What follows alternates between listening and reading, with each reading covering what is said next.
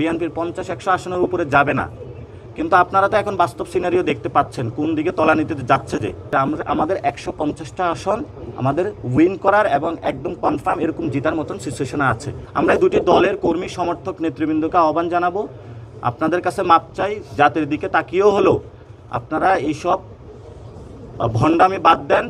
At least জনগণের দিকে তাকিয়েও হলো দ্রুত এটার লিগ্যাল পার্সপেক্টিভ এক্সিকিউশনের লেভেলে এটা একটা নির্বাচনের মধ্যে এসে জনগণকে আপনারা মুক্তি দেন।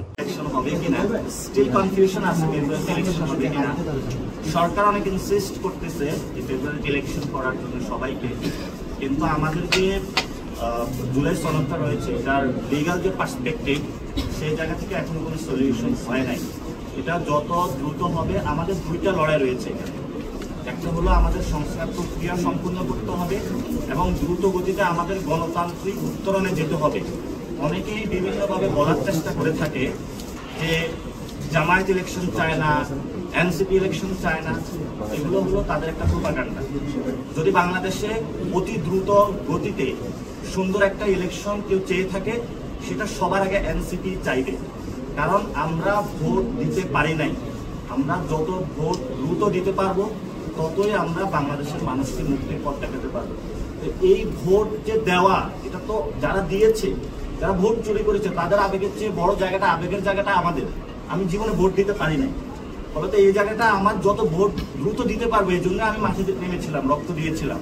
এই জন্য আপনাদের সামনে এবং আপনাদের মাধ্যমে পুরো দেশবাসীকে আমরা স্পষ্ট করতে চাচ্ছি যে এনসিপি ইলেকশন দ্রুত গতিতে চায়, গণতান্ত্রিক উত্তরণের পথ চায়। কিন্তু গণতান্ত্রিক উত্তরণের পথ যদি কিছু ভোট দেওয়ায় বোঝায়, এটা একটা মিসকনসেপশন।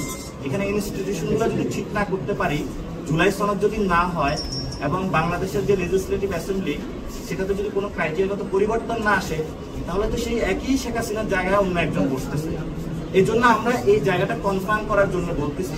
এবং দলগুলো যদি বসে, এটা তো 10-15 দিনের কাজ, একসাথে সবাই বসবে, আলোচনা করবে, সাইন করবে এবং সেটা একটা অর্ডার হবে, যে অর্ডারের মধ্য দিয়ে ইলেকশনের আমরা যাব। এবং আমরা সেখানে এটাও বলেছিলাম এই ইলেকশনটা গণপরিষদ নির্বাচনের কোনো ক্রাইটেরিয়াতে নেওয়া যায় কিনা।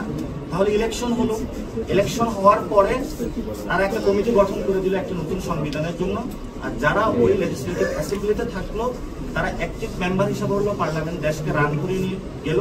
পরবর্তীতে যখন সংবিধানটা চলে আসলো, এই পার্লামেন্ট ওই সংবিধান অনুযায়ী 5 বছর তাদের কন্টিনিউ করলো। কিন্তু 106 এর মাধ্যমে যেহেতু আমরা এখন সংবিধানের মধ্যে নাই, ফলে তো আমাদেরকে আবার শেখ হাসিনা যে সংবিধানটা রয়েছে এটার মধ্যে ঢুকানোর চেষ্টা করানো হচ্ছে। এটা যদি ঢুকানোর চেষ্টা করা হয়, তখন আমাদের কথা হচ্ছে সেখানে যে আরেকটি গণ অভ্যুত্থান আসন্ন। এটা তো অনেকেই বলে থাকে যে আমরা কি জাসদ হয়ে যাব নাকি, এই মাত্র একটি গণ অভ্যুত্থান হলো, সেখানে আরেকটি কিভাবে গণ অভ্যুত্থান হবে।